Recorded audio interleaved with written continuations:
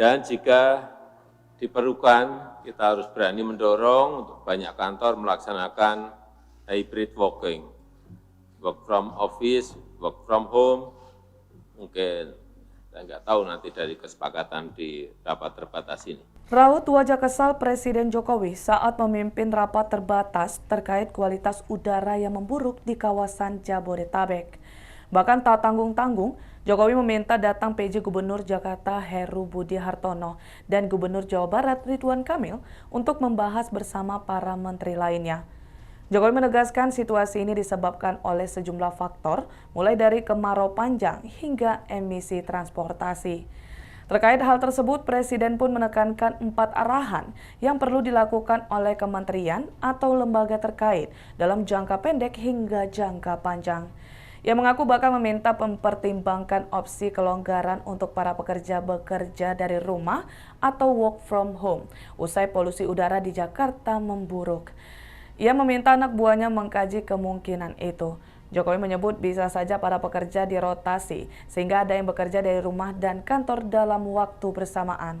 Presiden meminta seluruh jajaran terkait untuk secepatnya melakukan intervensi yang dapat meningkatkan kualitas udara di Jabodetabek, seperti rekayasa cuaca hingga ruang terbuka hijau atau RTH. Untuk jangka menengah, Presiden meminta jajarannya untuk konsisten melaksanakan kebijakan, mengurangi penggunaan kendaraan berbasis fosil, dan segera beralih ke transportasi massal, seperti lintas raya terpadu LRT dan moda raya terpadu MRT. Sementara untuk jangka panjang, Presiden menekankan perlunya penguatan aksi mitigasi dan adaptasi terhadap perubahan iklim. Ikuti terus berita menarik lainnya. Jangan lupa like dan share seluruh akun Tribun Medan.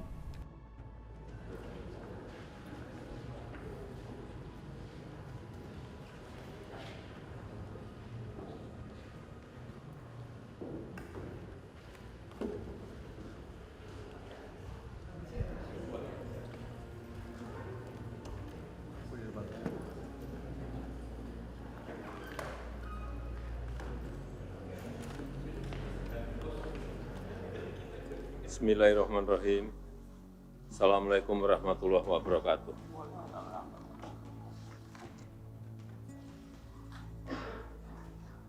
Bapak Ibu sekalian yang saya hormati, rapat terbatas pada siang hari ini kita akan membahas mengenai kualitas udara di Jabodetabek yang selama 1 pekan terakhir kualitas udara di Jabodetabek sangat buruk, dan tanggal 13 Agustus 2023 ya, kemarin indeks kualitas udara di DKI Jakarta di angka 156 dengan keterangan tidak sehat.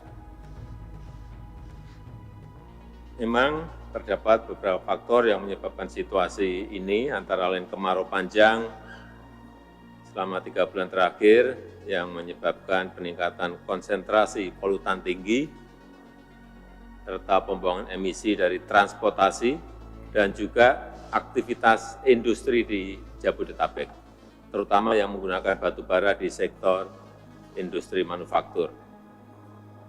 Saya memiliki beberapa catatan yang perlu menjadi perhatian seluruh kementerian dan lembaga terkait. Yang pertama, jangka pendek. Dalam jangka pendek, secepatnya harus dilakukan intervensi yang bisa meningkatkan kualitas udara di Jabodetabek lebih baik. Kemudian juga rekayasa cuaca untuk memancing hujan di kawasan Jabodetabek dan menerapkan regulasi untuk percepatan penerapan batas emisi Euro 5 dan Euro 6 khususnya di Jabodetabek. Kemudian perbanyak ruang terbuka hijau, dan tentu saja ini memerlukan anggaran, siapkan anggaran. Dan jika diperlukan, kita harus berani mendorong untuk banyak kantor melaksanakan hybrid working, work from office, work from home. Mungkin saya nggak tahu nanti dari kesepakatan di rapat terbatas ini, apakah 7525 atau angka yang lain. Yang kedua, dalam jangka menengah, konsisten melaksanakan kebijakan mengurangi penggunaan kendaraan berbasis fosil dan segera beralih ke transportasi massal. Saya kira bulan ini LRT segera dioperasionalkan, MRT juga sudah beroperasi, kemudian kereta cepat bulan depan juga sudah beroperasi, dan juga percepatan elektrifikasi kendaraan umum dengan bantuan pemerintah. Yang ketiga, dalam jangka panjang, perlu memperkuat aksi mitigasi dan adaptasi perubahan iklim.